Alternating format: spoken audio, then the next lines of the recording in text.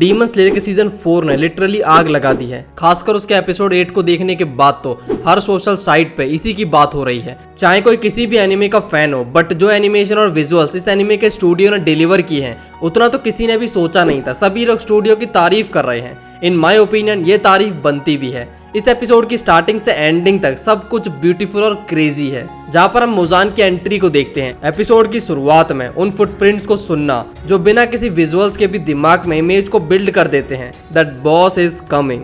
और फिर मुजान की एंट्री को देखना, जो कैमरा एंगल्स इन्होंने दिखाए हैं, एक थिएटर लाइक फीलिंग देता है। हम सभी जानते हैं मांगा का कंटेंट लिमिटेड होता है, उसमें हमें अलग अलग एंगल्स नहीं दिखाए जाते हैं, उसमें बस इम्पोर्टेंट और जितना पर्याप्त हो उतना होता है। वहीं पर इसको एनीमे में देखना एक अलग फीलिंग देता है। मुजान की हर स्टेप के साथ एक ऑरा देखना, जो cold bridge, freezing environment type, जो एक इवल बीइंग की प्रेजेंस को सिंबलाइज करता है। इन छोटी छोटी डिटेल से ये एपिसोड और इंटरेस्टिंग हो जाता है और इससे नजर हटाने का मन ही नहीं करता है। मुजान और ओबयाशिकी को कट्स में दिखाना, जो एक राइवलरी को शो करता है। हर एक मुजान के सीन और उन कट्स को देखना जैसे कि ये ट्रेलर हो, बस पिक्चर तो भी होनी बाकी है। मुजान के हर एक स्टेप और मूवमेंट को अलग अलग डिफरेंट एंगल से दिखाना, डिफरेंट विजुअल्स के साथ। मुझे ऐसा लग रहा था कि जैसे मैं इंस्टाग्राम पे एडिट्स में ये एपिसोड को देख रहा हूँ, कि मैं बस स्क्रॉल करे जा रहा हूँ नेक्स्ट पार्ट के लिए। अप्रॉक्स 3 मिनट तो बस मुजान की एंट्री को ही दिए गए इसमें, कि हाँ भाई किंग ऑफ डीमंस आया है, सभी के सामने, वो भी अकेले।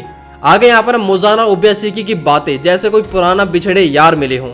दोनों के फेस में एक कामनेस है, कोई डर नहीं है, कोई गुस्सा नहीं है। ऐसी कैजुअल बातों में ओबयाशिकी 1000 साल की बातें कर लेता है। मुजान की वजह से उसकी फैमिली को क्या झेलना पड़ा था। मुजान उसकी हालत को देखकर धिक्कारता है कि ये फैमिली इतने सालों से मुझे मारने की कोशिश कर रही है और आज खुद उसकी हालत देखो। मुजान उसके सामने सही सलामत खड़ा है और उसके चेहरे पे एक रिंकल भी नहीं, और वहीं पर ओबयाशिकी मौत की कगार पे खड़ा है। लेकिन यहाँ पर हर चीज मुजान के फेवर में नहीं थी। मुजान खुद चीजों को देखकर काफी शॉक में था। ओबयाशिकी और उसकी फैमिली का मुजान के सामने भी बिल्कुल शांत रहना, किसी के चेहरे पे कोई डर नहीं है, और ऐसा भी नहीं है कि वो अपने फेट को एक्सेप्ट कर चुके हैं। ये कुछ अलग है। मुजान के सामने ओबयाशिकी की बच्ची खेल रही हैं। यहाँ पर जिस तरह से ओबयाशिकी के शब्दों को विजुअल्स दिए गए हैं, जैसे कि वो टाइगर और ड्रैगन का, मैं तो फैन हो गया यहाँ पर। मुजान जैसे ही उसको मारने के लिए अपने हाथ को बढ़ाता है, हम इमरजेंसी समन को देखते हैं, जहां पर सभी हाशिरा मेंशन की तरफ बढ़ते हैं। सारे हाशिरा जितना जल्दी हो सके अपने मास्टर के पास जाने के लिए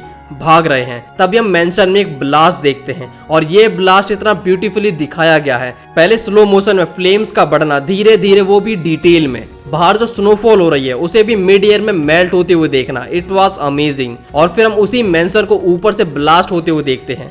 मुजान उन फ्लेम्स के बीच में खड़ा है और एक बड़े ब्लास्ट के साथ सभी हाशिरा फ्लेम को आसमान में बढ़ते हुए देखते हैं, और सभी के होश उड़ जाते हैं इसको देखने के बाद। उस ब्लास्ट के बाद हम एक बॉडी को उड़ते हुए आते देखते हैं, जो पहचान में बिल्कुल भी नहीं आ रहा है। उसका आधा फेस उड़ चुका है, लिम्स गायब है और सारे मसल्स दिख रहे हैं, और ये कोई और नहीं, मुजान खुद है।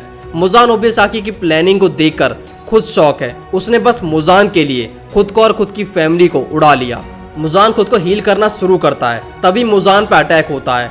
उसे ब्लड डीमन आर्ट से रिस्ट्रेन करके तामा उसके अंदर पॉइजन को इंजेक्ट कर देती है। वो पॉइजन जो वो काफी टाइम से बना रही है, जिसके थ्रू वो डीमन को ह्यूमन में बदल सकती है। फिर हम देखते हैं यहाँ पर strongest Hashira, the stone Hashira Gyomei की एंट्री। वो सिंगल ब्लो में मुजान के सर को उड़ा देता है, पर उसके रीजनरेशन की एबिलिटी टॉप नॉच है। गियोमे को मुजान के अगेंस्ट लड़ते हुए देखना, बॉडी पे गूज़बम्प आ जाते हैं। इतने में ही सभी हाशिरा और तांजीरो यहाँ पर आ जाते हैं। सारे स्लेयर्स अपने अपने अटैक मुजान पे लॉन्च करते हैं, बट मुजान को मारना अगर इतना आसान होता तो ऐसा होता ही नहीं। कुछ हमें देखने को मिलता है यहाँ पर नाकिमे की एबिलिटी, वो सभी को इन्फिनिटी कासल में समन कर लेती है। सारे डीमन स्लेयर जो जैसा था उसी हालत में कासल में गिरने लगता है। ये सीन भी काफी इंटरेस्टिंग होता है। इन्फिनिटी कासल में सबसे बढ़िया एंट्री इनोसुके और जेनुत्सु की होती है। यहाँ से आगे हमें देखने को मिलेगा मजा, जहाँ पर सभी हाशिरा और बाकी डीमन स्लेयर्स अपर मून को फेस करेंगे और मुजान के अगेंस्ट भी जाएंगे। आगे आने वाली हर एक फाइट इस एपिसोड से ज्यादा बेहतरीन होने वाली है।